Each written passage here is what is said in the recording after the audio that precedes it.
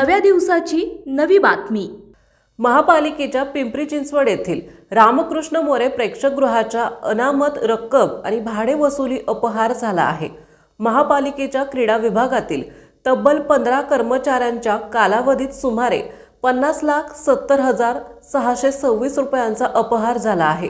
प्रेक्षकगृह हे भाड्याने देताना अनामत रक्कमा न घेणे, भाडे वसुलीची परस्पर विल्हेवाट लावणे, इतर साहित्य साधन सामग्रीचे आर्थिक नुकसान झाल्याचा ठपका क्रीडा विभागातील कर्मचाऱ्यांवर ठेवण्यात आलाय। त्यामुळे महापालिकेच्या क्रीडा विभागाकडून 15 कर्मचाऱ्यांवर कारवाई प्रस्तावित करण्यात आली आहे। महापालिकेची 5 नाट्यगृहे, प्रेक्षकगृहे आहेत।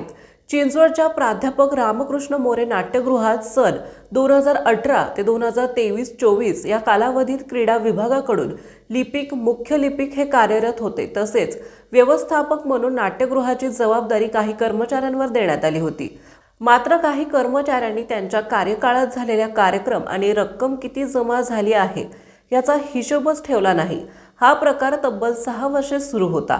काही कर्मचाऱ्यांनी ही रक्कम महापालिकेत जमा न करता थेट स्वतःच्या खिशात घातली आहे। हा प्रकार समोर आल्यानंतर महापालिकेच्या क्रीडा विभागाने संबंधित कर्मचाऱ्यांची चौकशी सुरू केली आहे। आपल्या परिसरातील महत्त्वाच्या बातम्या पाहण्यासाठी आजच नवप्रभात न्यूज चॅनलला YouTube वर सबस्क्राइब करा आणि बेल आयकॉन प्रेस करा।